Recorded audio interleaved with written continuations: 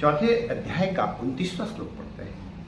अपाने जुह्यति प्राणम प्राणे अपानम तथा अपरे प्राणापान गति रुद्ध्वा प्राणायाम परायण।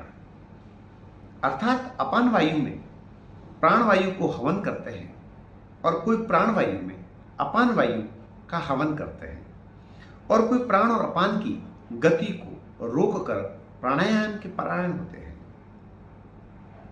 अर्थात भगवान श्री कृष्ण अर्जुन को कह रहे हैं कि अर्जुन, ये जो प्राण है, ये जो श्वासोश्वास तुम्हारे भीतर चल रही है, ये जीवन का आधार है।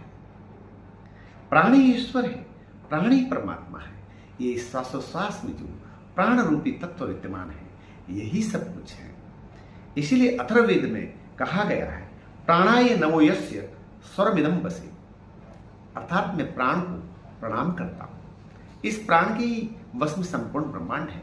समस्त उपनिषद, आरण्य और संहिताओं में प्राण की महिमा है। प्राणो विशु शर्मा सुप्रतिष्ठान तथा प्राण एस स पुरुषी, ऐसा गोपथ में भी कहा गया है। अर्थात प्राणी शरीर रूपी पुरी में बसने के कारण पुरुष कहा जाता है।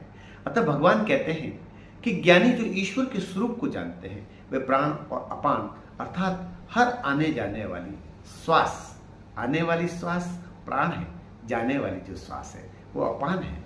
ये शरीर के भीतर आने वाली और बाहर जाने वाली जो श्वास है, इसके ऊपर जो अपना ध्यान केंद्रित करता है, उसके ऊपर अपने ध्यान करता है, वह साम्य अवस्था को प्राप्त होकर के परम आनंद को प्राप्त होता है।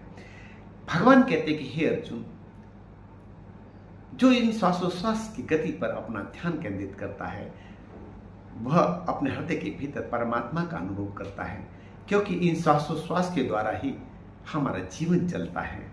जो इन श्वासों का रहस्य समझ जाता है, वह परम सत्य का रहस्य जान जाता है।